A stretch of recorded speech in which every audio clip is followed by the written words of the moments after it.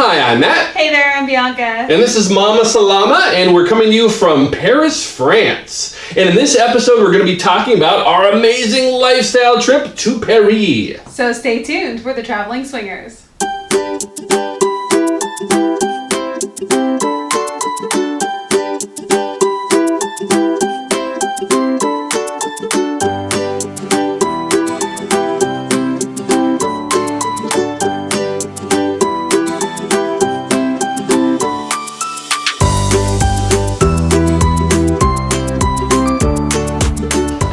So Paris. Yes, Paris. We finally made it. Love. Yeah, this is part 3 if you've been actually paying attention to it.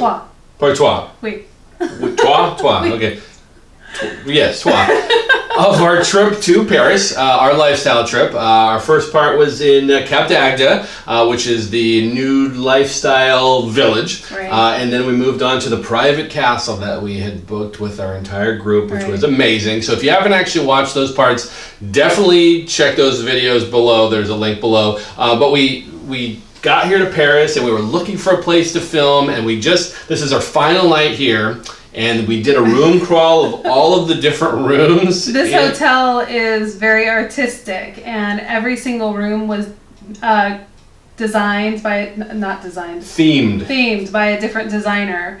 And we went through all the rooms, and this one won as the greatest room because there's a giant pair of breasts in this room that you just I don't think I would be able to sleep in here because I just want to motorboat, and I'm pretty sure a lot of people have motorboated her because she's got kind of quite the crack going on down there. So it happens to the best of us. It's fine. Yeah. It's fine. So this was our trip to Paris. We now this is night 5. Right. So we have actually been traveling all over, and it's interesting to see a city from a lifestyles perspective. Yeah.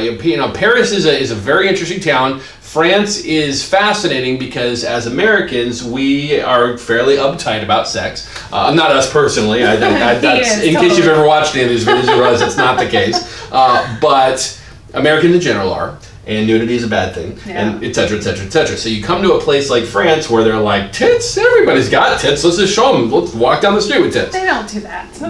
You wish. That was Cap d'Agde. That was a different part of the story. Yeah. But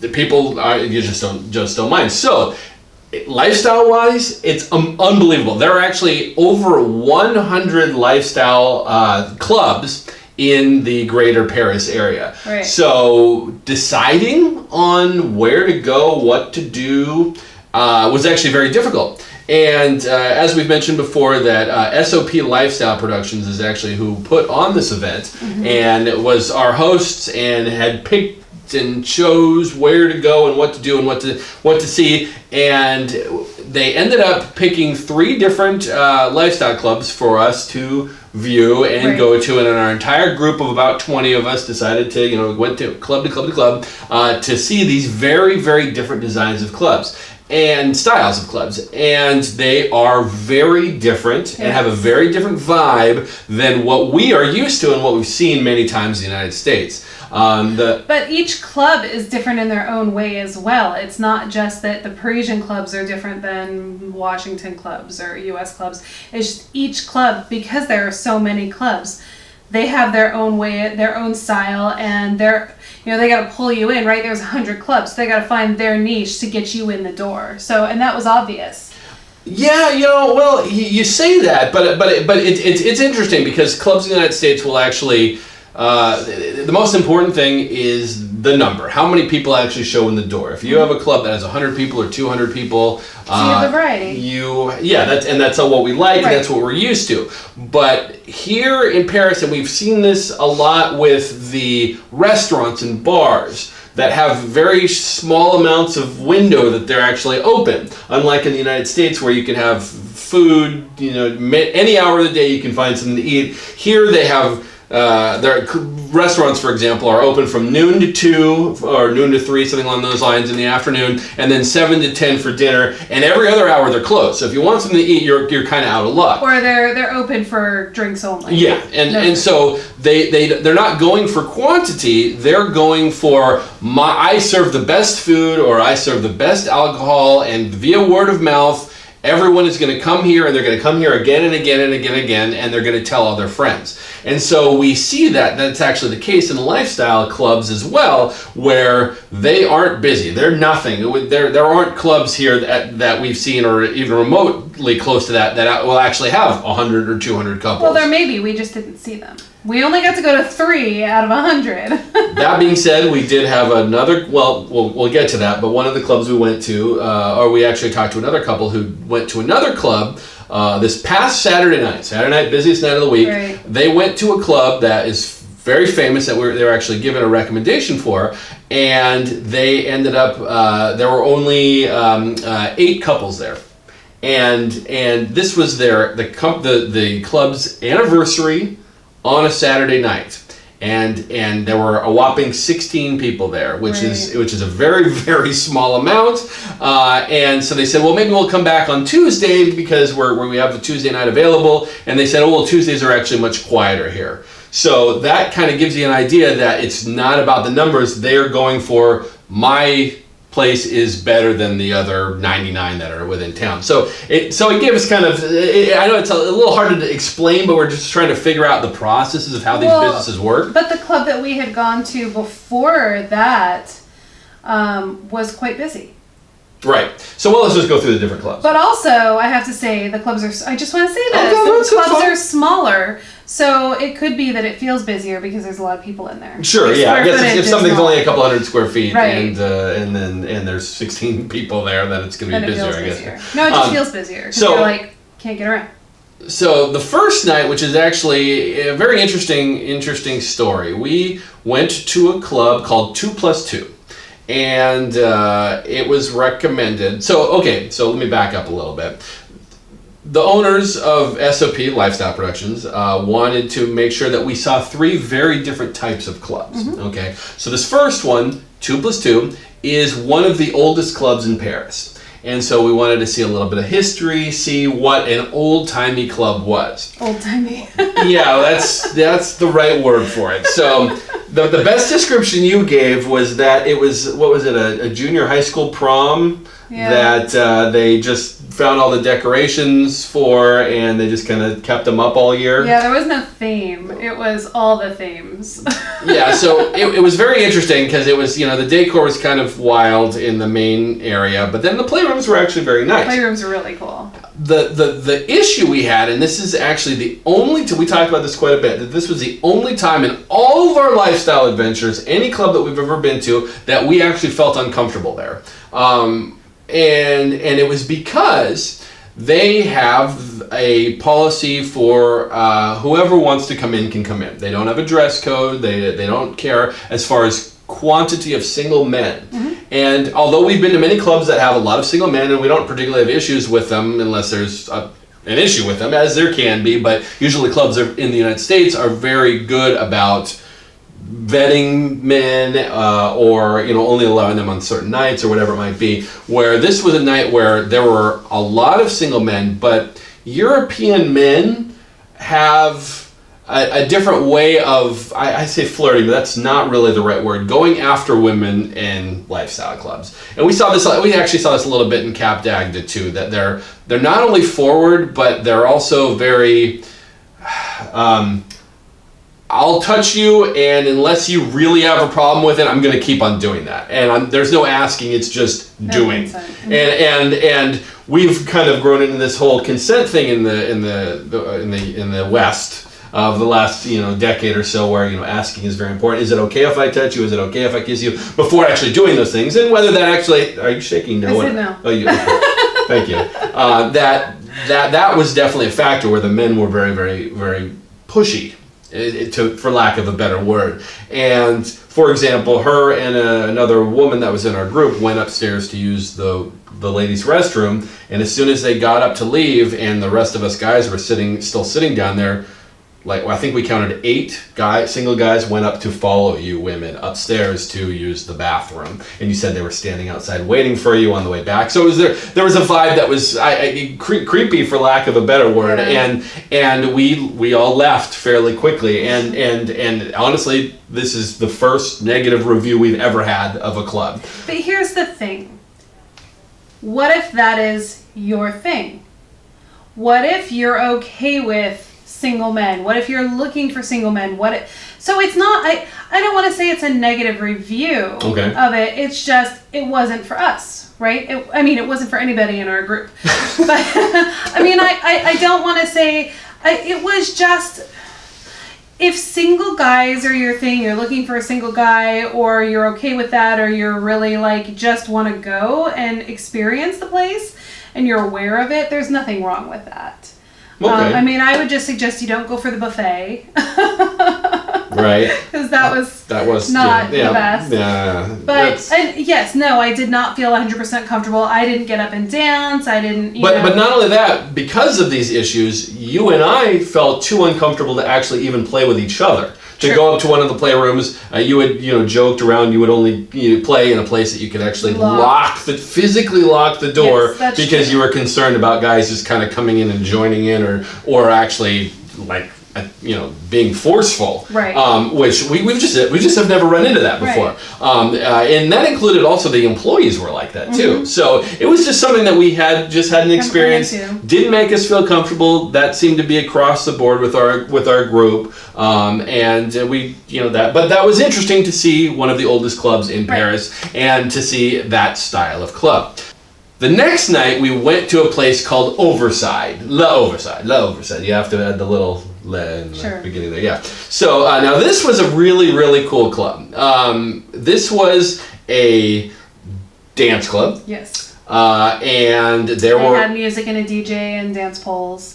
And VIP areas, and they had little nooks and crannies. Private areas. They had really cool sex play areas. They had an area with a giant circular bed that had other beds around it that people could play in the middle. Mm-hmm. And it was also relatively crowded. Yes. There were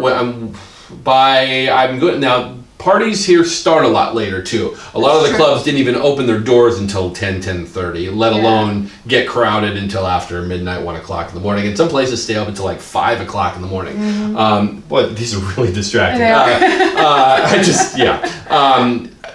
Anyway, and so. But there were a lot of people there, and there were a lot of attractive people there. They had a dress code, and it was. Oh no, it wasn't. Oh, we'll get to the serious dress code in a minute, but mixing them up. But this is a really fun club. There was a lot of dancing. People were really having a wild time. Yeah. Communicating. We definitely noticed, and we'll talk about in another video about the communication with couples when you're flirting is very, very different here than we see a lot in the States. Yeah. But it was still a lot of fun, and people are flirting and people are having a good time, and it was a very, very nice club. We really enjoyed that one. The next night we ended up going to a club called La Masque. La Masque. Now La Masque actually had what they had the mask rule actually, which was bring a mask. Loose. Nobody actually wore the masks in our group, but it was one of those clubs like in that awful Tom Cruise, Nicole Kidman movie, swinger movie, about that they went to. Why do you say it's an awful movie? That movie was terrible. You watched it when you were like not in the lifestyle. You could watch it again now and be like, oh my gosh, that was the best movie ever. That's true, I could. Don't be so close-minded. You're right, I'm sorry. That was very close-minded. Tom Cruise only makes amazing movies. So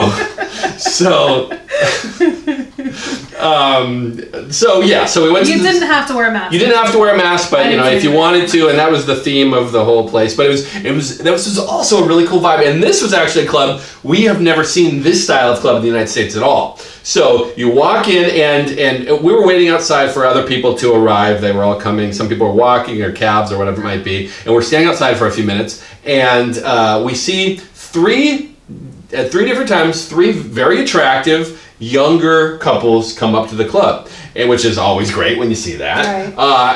A couple would walk in, they'd be in there for 30 seconds, and then they'd walk out, and you'd hear the man stand at the door saying, "Oh, you're wearing jeans or you're wearing your tennis shoes. You cannot come in. Come back if you wear it's a shirt and tie, it's slacks, it's dress shoes." Period. They have that rule, and they're very, very strict on it. Yes. So when we got in, I mean, and the fact that these were 3 young, attractive couples that they still turned down was actually saying how serious they were about that rule. So it actually led to a really cool vibe. Yeah. We got in there, everybody's dressed to the nines. It was still every age group in there, but suits and ties. He was very excited because they had a very nice candy bar. Yeah, they had like dozens of different candies you could eat. I haven't even paid yet, and he's like, candy. Yeah, I don't care about the sex with people. Just give me these little things that they have there. It was fine. Give me the sugar rush before I go in the back. Yeah. And one thing I want to say though, real quick, is that we noticed with all of these is your entry fee does include a cocktail. I mean, I don't know if that's across the board, but with all of the ones that we went to, that was the case. A cocktail or that, and they also had bottle service. At La Masque, they had you got 1 cocktail per person or 2 cocktails per entry fee, and sodas were free. Yeah. So that was kind of nice. Yeah, exactly. And so so it had this front room with a bar and candy and alcohol, and that's where you can meet and talk to people. But then in the back, they had it was a lounge atmosphere. So there wasn't a dance floor, there was no DJ, there was no loud music, there was no dancing at all. It was you go back and there were these big couches. Everything was red, everything was dark, and they had very soft chill music playing, and you could basically just sit and talk to people. And we were doing that. We sat and talked to some other couples for a couple hours and had some great conversations that way. And it was very interesting. And if you wanted to, you could play right there on those couches, or you could go down into the playrooms that they had downstairs, and they had all the different rooms and the... What's the penis thing that I always forget what it's called? The glory hole? The glory hole. Sorry, I believe the penis hole. It's a technical term. And and that was cool. That was cool because they had actually glory hole seemed to be very popular. Very popular. I think we've seen it everywhere.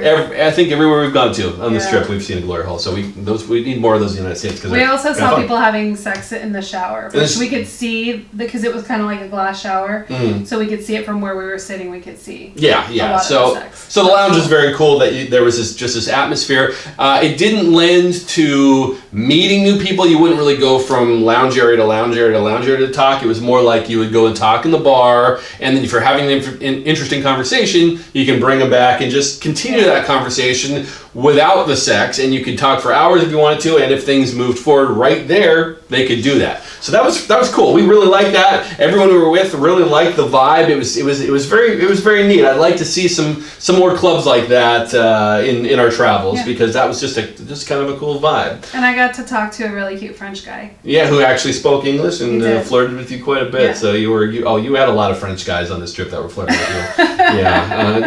And then we were at an Italian restaurant tonight, and the guy spoke Italian and French and English, and you were just drooling. Just drooling at the way. Yeah. He was really cute. Okay. Every time he came over, you're blushing. It was adorable. So, yeah. Anyway, so this was our trip to Paris. We really... This was not all we did in Paris. No, we did the touristy things, and we did Versailles today, and we did Moulin Rouge, and she loved it, and we did the Eiffel Tower. We did a lot of shopping, and we did the normal tourist thing, which is great, and which is, we've said in these videos, is really nice that even though we are with lifestyle folks. It is a group of everybody who's in lifestyle, whether they've just started out or they've been doing this for 20 years, and they're all hanging out together, whether they're having sex with each other or not, it doesn't even matter. It's more along the lines of let's go on a trip together and be with like-minded people, that we can have conversations about your tits all night or these tits all night. And just enjoy ourselves that way. So we are going to be going on some upcoming trips within the next year or two. So they're going to show up on the screen now. So definitely take a look at these. See if there's something you want to join us on one of these trips. We'd like to meet you. We love the people that watch these videos. We appreciate all the comments, and if you have any, please comment below or ask us, something about this trip. We're glad to answer it, or about one of the upcoming trips that we're doing. We're getting ready for the next one. We have Whistler, and then we have Belize coming up. So there's only a few rooms left of Belize. Yeah, you need to book soon because I think there may be only half a dozen rooms left though. So and we'll do a whole video on that coming up shortly too. So that's going to be an amazing trip. Yeah. So, all right. Anything else you want to say? No. You always ask me that. I never have anything. You never have anything else to say. Well, someday I'm going to come up with something amazing. We'll be ready for it. Okay. We'll be ready for it. Well, thank you so much for watching, Yep. and we'll see you next time. Bye.